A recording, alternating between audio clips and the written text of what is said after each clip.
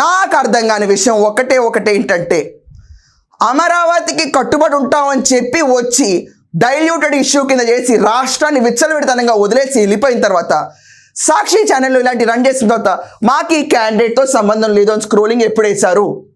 మహిళలందరూ రోడ్డు మీదకి వచ్చి చెప్పులు తీసుకునే ఫోటోల మీద పిచ్చి కొట్టుడు కొట్టిన తర్వాత కాదా? దానికి ముందు మీ జ్ఞానం వెలిగిందా? సబబుగానే మాట్లాడుకుని ఉంటున్నాడు. ఈ ఇష్యూ కనుక ఎవరు రేస్ చేయకుండా ఉంటే సబబే, మేమన్నది సబబే.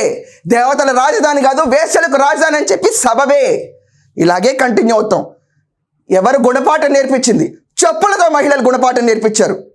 కానీ జగన్, నీ ఇల్లు కూడా తాడేపల్లిలో ఉందనే విషయం మర్చిపోతున్నావు.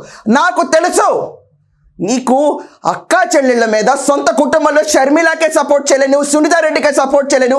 అక్కా చెల్లెళ్ళ మాట తీసాయి నువ్వు ముందు బయటికి. మీ మదర్ పొలిటికల్గా ఎంట్రీ కూడా ఇవ్వరు నీ వల్ల, తీసాయి. కానీ కన్న బిడ్డల కోసం కూడా నుంచోలేవా? ఇద్దరు ఆడపిల్లల్ని కన్నావు, చాలా పైకి తీసుకొచ్చావు, బాగా చదువుకుంటారన్న పేరుంది, రెప్యూటెడ్ పేరుంది వాళ్ళిద్దరికి. వాళ్ళిద్దరు ఆత్మగౌరవం కూడా స్టేక్లో ఉంది ఈరోజు. మర్చిపోయావా ఆ విషయం? ఎంతసేపు బాధితులు రైతులేనా? వేశ్యలకు రాజధాని అన్నప్పుడు ఈ కొమ్మినేని, కృష్ణంరాజు వీళ్ళ కుటుంబాలు కూడా అక్కడ లేవా? వాళ్ళ కుటుంబాల్లో మహిళలు కూడా అన్నట్టు కాదా? వాళ్ళకు వాళ్ళు నుంచోలేరు, సరే వదిలేసి. నీ కూతుళ్ళ కోసం కూడా నుంచోలేవా? నీ కూతుళ్ళ కోసం కూడా నువ్వు మా కోసమే నుంచుంటావు, నీ కూతుళ్ళ కోసం నుంచోలేనడివి. ఏం నమ్మి నీ కోట్లు వేయాలి రెండోసారి?